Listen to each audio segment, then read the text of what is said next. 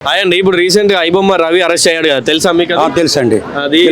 ఇప్పుడు ఆయన అరెస్ట్ చేయడం కరెక్టే అంటారా? అంటే కొంతమంది కరెక్ట్ కాదు, ఆయన అరెస్ట్ చేయొద్దు అని అంటున్నారు. 100% అరెస్ట్ చేయడం అన్నది చాలా కరెక్ట్.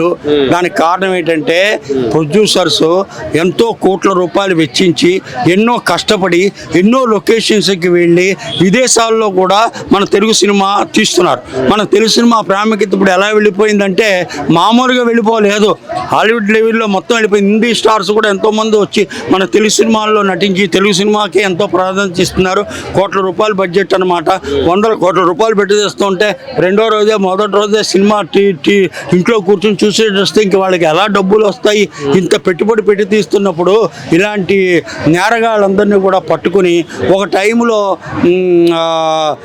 ఒక 10 years 20 years బ్యాకే థియేటర్లో తీసి వచ్చేవి. అది తొందరగా వచ్చేది కాదనుకోండి, అఫ్కోర్స్ కొద్దిగా లేట్గా వచ్చేది, ఆ క్యాసెట్ల రూపంలో వచ్చేసేది, వీళ్ళు చూసేవారు అనమాట. ఇప్పుడు ఇంకా టెక్నాలజీ పెరిగిపోయి ఇప్పుడు ఇది వచ్చేసి ఈ రవి అనే అతను ఎక్కడి నుంచో ఇది చేస్తున్నాడు. ఇతను పట్టుకున్నారు, పోలీస్ ఇంట్రాగేషన్ చేస్తున్నారు. పట్టుకోవడం కరెక్ట్ కాదంటున్నారు. అంటే ఇప్పుడు ఆయన జనాలకి సేవ చేస్తున్నాడు, జనాలు అందరూ ఫ్రీగా చూస్తున్నారు. ఈ సినిమా వాళ్ళని అన్ని కోట్లు పెట్టి సినిమా ఎవరు తీయమంటున్నారు? తక్కువ బడ్జెట్ లో తీసి సినిమా టికెట్ ప్రైస్ తగ్గిస్తే సరిపోతాయి కదా అంటున్నారు. సినిమా టికెట్ ప్రైజులు అంటే మీరు అన్నట్టుగా ఐమాక్స్కి వెళ్ళి 1000 రూపాయలు పెట్టి ఎవరు చూడమన్నారు? 100, 150, 200 రూపాయలకు కూడా టికెట్ పెట్టి చూసుకునేటటువంటి పరిస్థితి ఉంది కదా. ఇప్పుడు థియేటర్స్ మనకి చాలా ఉన్నాయి కదా. ఇప్పుడు మన హైదరాబాద్, సికింద్రాబాద్ లో పోనీ థియేటర్స్ ఉన్నాయి. ఆ థియేటర్స్కి వెళ్ళి చూడొచ్చు కదా. అక్కడ 100, 150, 200 కదా టికెట్. 1000 రూపాయలు పెట్టి ఒక ఫ్యామిలీ వెళ్ళి అంత డబ్బు ఖర్చు పెట్టి 500 పెట్టి ముందుగా బుక్ చేసేసుకుని ఇది చేసుకోవాల్సినంత అవసరమే ఉంది. సినిమా ఇవాళే చూడాలనే ఉంది, ఏం వెళ్ళిపోదు కదా, ఇంకా ఆడుతుంది కదా, నెమ్మదిగా రష్ తగ్గుతుంది కదా. ఇప్పుడు ఒకప్పుడు ఎన్నో సినిమాలు సంవత్సరాలు ఆడేవి, ఇప్పుడు ఆ పరిస్థితి ఎక్కడుంది? 100 days కూడా పరిస్థితి లేదు కదా.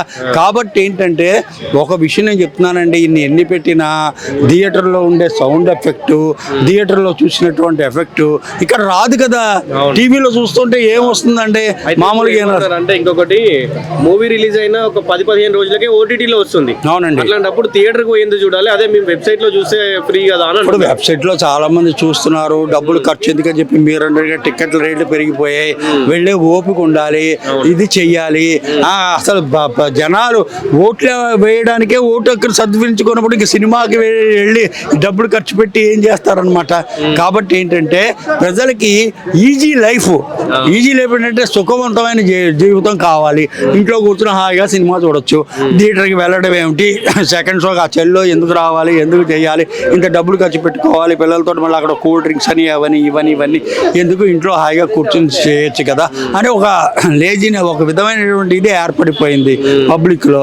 అప్పట్లో కష్టపడి చేసేటటువంటి పరిస్థితి లేదు. నేను అన్నది ఏంటంటే పాపం ఎంతో మంది ప్రొడ్యూసర్స్ కోట్ల రూపాయలు వచ్చి సినిమా తీసి దాన్ని థియేటర్లో చూడకుండా ఇలా ఫ్రీగా చూసేసి ఎంతో ఇది చేస్తున్నారు. అది కరెక్ట్ కాదనమాట.